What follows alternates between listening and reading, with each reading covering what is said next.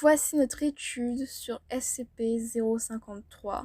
SCP-053 semble être une petite fille de 3 ans. Elle est capable de parler et semble être légèrement plus intelligente que la moyenne.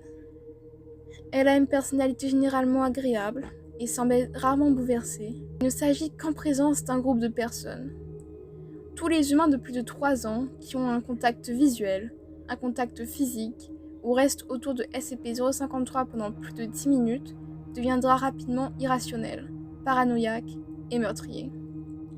Les sujets en contact avec SCP-053 tenteront de le tuer. Après avoir tué ou blessé tout être humain dans leur champ de vision, toute personne essayant de tuer SCP-053 subiront des crises cardiaques ou des convulsions mortelles après avoir fait des dommages physiques à SCP-053. SCP-053 se régénérera presque instantanément de toute blessure, peu importe la gravité de celle-ci. SCP-053 semble ne pas connaître ses effets. Lorsqu'on l'interroge à ce sujet, elle est incapable de répondre. Procédure de confinement.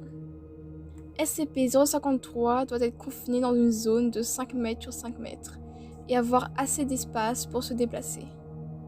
Les jouets, livres et autres appareils réactifs doivent être fournis et renouvelés tous les 3 mois. La toilette, la salle de bain et les installations médicales doivent être entretenues tout le temps. La nourriture doit être fournie 3 fois par jour et 2 collations sont autorisées sur demande.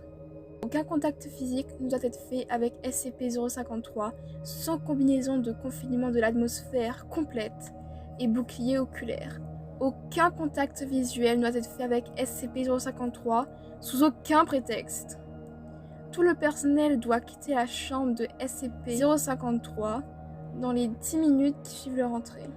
Tout personnel qui commence à agir de façon erratique, à crier ou à tenter d'attaquer SCP-053 doit être retiré et mis en quarantaine.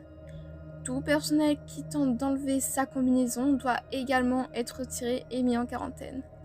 Aucun objet tranchant ou arme à feu n'est autorisé dans la salle de confinement de SCP-053.